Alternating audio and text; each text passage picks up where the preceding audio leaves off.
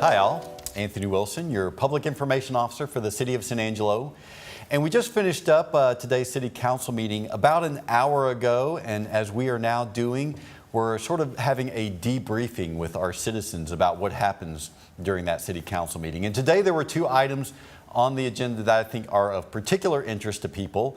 One is related to our property tax rate, and one is related to bike lanes. And so joining us today to talk about those issues is our budget coordinator, Kimberly Holly, and our city engineer, Russell Pell. Thank you guys for being with us. Oh, thanks for having us. So Kimberly, the City Council this morning approved a proposed property tax rate of 77.6 cents. What exactly does that mean? So this morning's council meeting, we just voted to ensure our citizens that your property tax rate will not increase its current rate of the 0.776 per $100 evaluation. So for the last 10 years, the City of San Angelo has been very blessed, and we haven't been required to increase our tax rate, and we've actually been able to decrease it. And so if memory serves me correctly, this is about the 5th year in a row that our tax rate has remained at 77.6 cents. Yes, this will actually be our 6th year in a row. Will remain the same. And so when people talk about their city taxes growing, what they really mean is their property valuation, which the city really doesn't have anything to do with, has grown, but the tax rate has remained flat over all those years. Yes, that's correct. So the city, there's two parts of the equation. And in order to keep everything fair and equal, the city controls one and the county appraisal district controls the other. So we set our tax rate, and like we just mentioned, we've kept it the same for the past 6 years. However, our property valuations can increase, and that's a state mandate that the county appraisal district must certify values within 95% of true valuations. And so you mentioned that the rate won't be any higher in the final budget other than 77.6 cents, but there is the possibility that it could go lower if that's something that the council decided. Yes, sir, that is accurate. So if council were to want to decrease property tax rate, they could adopt a rate lower than the 0.776. All right. So the council is going to be meeting in a couple of budget workshops this month, one on Tuesday, August the 14th, and the other on Tuesday, August the 28th. What's going to happen at those meetings? Those are going to be very interactive meetings. You know, we're breaking out into this workshop session just to give council the opportunity to ask all the questions that they want, to really dive into the information.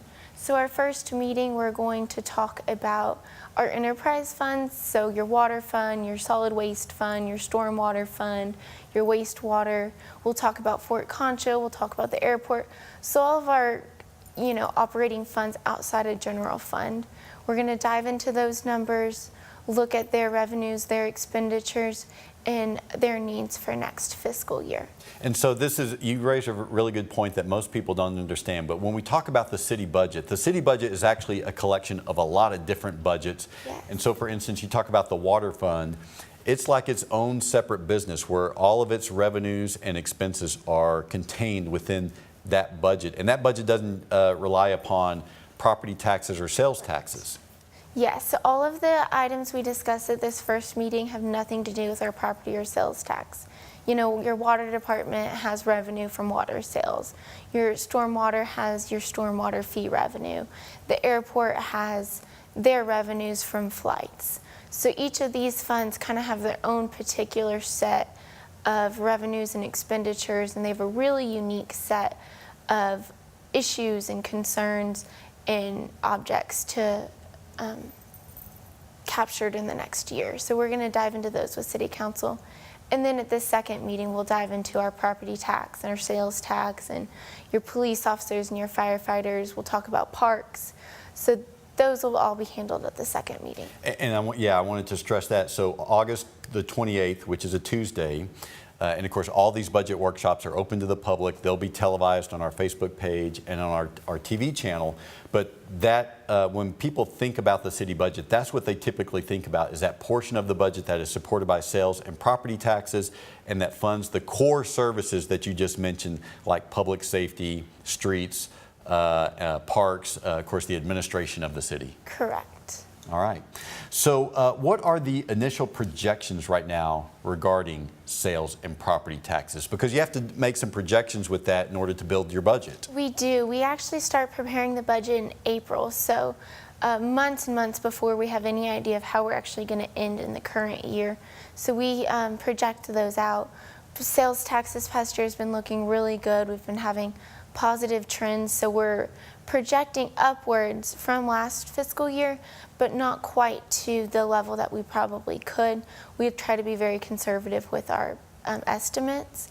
For property tax this year, we've got some preliminary numbers, and we're not expecting the growth that we have been seeing for the last 4 or 5 years. You know, the oil industry slowed down. Even though it's starting to pick back up, the property tax seems to have a lag, and this seems to be a lower year than we're used to seeing. So for property owners who are concerned about their property tax bill, that's probably pretty good news for them this year in that they'll be paying about the same or maybe just slightly more than they've paid in years past. Yes, we are not expecting any growth, or not much growth on our side like we have the last few years. And so that's going to make for a little bit of a tighter budget this year if you're conservatively estimating how much sales tax we're going to collect and not expecting growth with the property tax. Yes, that's true. So we are having a smaller marginal revenue than we're used to seeing, but you know, the good thing is we still can provide those core services that we're required to provide to our citizens for their well-being. But we always have goals and hopes and things that we want to do to improve the city. You know, we've already authorized having 5 additional officers for our police force. We're hoping maybe to apply for a grant that'll allow 8 new firefighters with a small local match that's actually coming from our citizens. So, you know, we always want to include those goals. Of course, our streets are always a major priority that we want to focus on as well. So you talked about additional police officers and firefighters. Last year we added 5 police officers. We added 8 firefighters in order to man another ambulance crew for the city. So we're thinking about doing sort of that same thing this coming year in order to improve that public safety aspect. Indeed, we are. The police department has requested a total of 20 officers. We're going to spread that over a 4-year period, 20 each year. And then our fire department is growing. You know, we're adding Station 4 over there. So last year we added that ambulance to service that area. And this year we're hoping to add some additional firefighters, you know, just to make up from adding those and some of our other areas that we're really stressing our ambulance services. And this time we want to help with our fire issues. So I want to circle back around to something that we talked about a little bit earlier, and that was the property tax rate. And I always think this is an interesting fact about our property tax rate. The property tax in San Angelo was initially started in order to fund our police and our fire departments. And so today, if you took all of the property taxes that the city of San Angelo collects, they are not sufficient in order to fund our police and our fire departments. In fact, those 2 departments alone account for 51% of the spending in the general fund. And again, that's the portion of the city budget that is supported by sales and by property tax. I always just think that's an interesting facet of city budgeting. So Kimberly, can people access the proposed budget? Yes, all of our budget documents are available on our internet page under the budget tab. And you can see our current budget, our proposed budget for fiscal year 19. And then, of course, like you said earlier, all the workshops are available to the public. Come in, ask questions, and you can always reach our offices, and we'll be happy to work with you as well. And so I want to make clear that proposed budget is on our website at cosatx.us/budget. What's the timeline for approving a budget and a tax rate? So this morning's reading was our first step. And then in September, our 2 council meetings, we will have our first and second reading of the tax rate and the budget ordinance. And so the end of this fiscal year is September 30th, so we have to have a budget approved in September in order to take effect come October the 1st, which is the first day of our new fiscal year. Yes, so there's a very quick turnaround for our department to get last year's finished up and next year's starting, and we want to make sure that everything's covered that our budget is ready to go on October 1st so that everyone can resume normal business. So as I mentioned today, we're dealing with property tax rate and also with bicycle lanes. And so that's why we asked Russell Pell, our city engineer, to join us today for that. So Russell, what did the council do today in regard to bike lanes? So today we took a new ordinance to the city council. Currently we have an existing ordinance that only covers a bicycle lane on Southland Boulevard. And then even more limiting than that is that it's, not during the entire day, it's just for certain periods of time, primarily focused around traffic going to and from Bonham Elementary School. And so what we brought to council today was a new ordinance that was a little more broad, encompasses all bicycle lanes moving throughout town. And as we're moving forward, we're working on a master plan, or we have a master plan for bicycle lanes around town. And we just see a greater need for bicycle lanes, and we're going to be, having more bicycle lanes come up. So what we did today is, with this broader ordinance, we can add bicycle lanes by administrative order. And what that is basically a memo that we, after we've evaluated, that it meets current traffic laws and the municipal code on municipal code on uniform traffic control devices. It's a mouthful, or short is just MUTCD, and just make sure that it meets all of those requirements. And then, through a memo to our city clerk and our, police department and our traffic operations department, we can administratively have those bicycle lanes approved. And it's just a much cleaner process.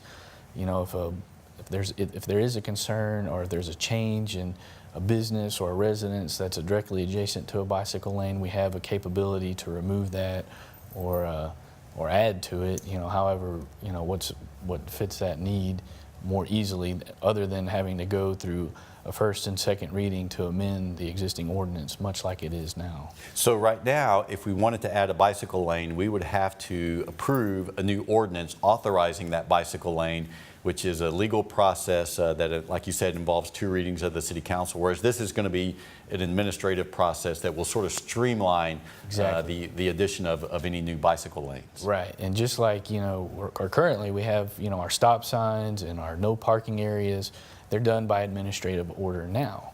And so, if there's a new need or something changes in traffic patterns, we can add a stop sign now at a much easier and much quicker. We want to, first and foremost is public safety. So, So some folks have seen on MLK Drive and along River Drive, along the river, and on College Hills, the new icons painted on the road of bicyclists.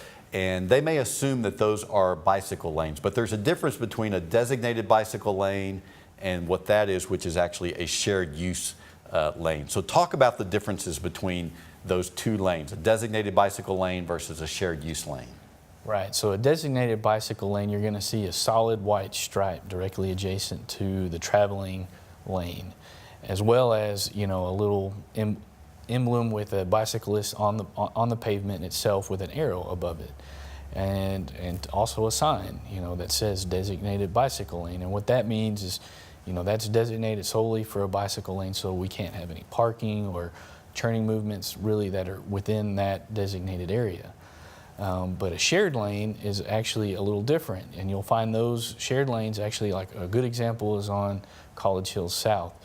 And it's basically just an indication, or it's a pavement marking that's a bicyclist again, but it's got the chevrons above the cyclist. And that means it's a shared lane, so then that way, it makes the drivers aware that, there may be bicyclists in the area, and to just make it a little safer. And typically the shared lanes are a little bit wider than a standard lane width, just to give that extra buffer, but it's not a dedicated lane. So, you can still park over there, you can have turning movements in those areas. And a lot of times, even with the dedicated lane, it'll switch, if you notice from block to block, it'll switch from a dedicated lane to a shared lane, especially going through an intersection. You have to have those turning movements in an intersection. So it not only tells the driver, but it tells the bicyclist too that, hey, you need to be more aware that a driver can potentially turn in front of you or around you, and it just gives that sense of awareness, and it helps better communicate where those traveling lanes are and shared lanes are, and there again, it goes back to safety. So with those shared use lanes, like you said, they're a little wider, and so ideally the cyclist will be to the far right of that lane so that that person has enough room to ride, and then there's enough room for a car to pass as well. But nonetheless, everyone needs to be just really careful and aware of those sort of situations. So do you anticipate us seeing more bike lanes in the future, in the near future here in San Angelo? I do. We're with each of our capital improvement projects or our street rehab projects where we're working on our arterials and collector streets, we are looking at adding bicycle lanes. With our master plan, we're primarily targeting bicycle lanes to be around schools or the ASU, just areas where we see more bicycle traffic. Our MPO officer and our planning department manager, they really work a lot with the community to try and get the bicyclists' input on where they think those need to be in place. And so we work with planning a lot to make sure that those are implemented accordingly and with our master plan. So that gives, with that master plan, a lot of times the planning department and our MPO office will have public meetings to where not only bicyclists but other public or citizens can voice their opinion as to whether they think they need a bicycle lane in their area or not. And so do we anticipate that we'll be seeing those in any particular areas? I mean, you mentioned around Angelo State University and around some local schools. Is there any particular place that you know of that's been targeted for more bike lanes? We've seen a lot more folks, especially on the new Red Arroyo Trail that we have there on College. That's kind of between, Sherwood Way all the way over to Knickerbocker, and College Hills runs right through the middle of that. We're definitely looking at targeting some more bicycle lanes, dedicated lanes along College Hills with that reconstruction project. We're looking at Johnson Street, coming in there just north of the campus, adding them there as well. But right now, those are kind of the ones that are in the immediate future. So before this becomes official, it must be read and approved a second time by the City Council, as all ordinances must be. When is that going to occur? The next council meeting is August the 14th, and we'll be bringing the second reading of... Well, that will be a budget workshop, but it'll be the following council meeting on August the 21st. You're right. So anyway, so if you want to follow this issue, make sure that you tune in to our broadcast either on SATV, Suddenlink Channel 17, or on our Facebook page the morning of August the 21st, and that's when the City Council will be considering a second reading of this ordinance for bike lanes. If you have any questions or comments, please go to our Facebook page. We are happy to answer any questions or concerns that you may have about either of these issues or any issue at all related to your city government. And as a reminder, we'll be doing a show like this after every city council meeting because we want to give you an idea of what your city council did, when it met. And next Tuesday, after the first budget workshop, we're going to be joined by City Councilman Harry Thomas. Harry is a retired accountant, and he goes over the budget with a fine-tooth comb, and so we thought he'd be a good person to have in and talk with about what happens during that first budget workshop. So we hope you'll join us then.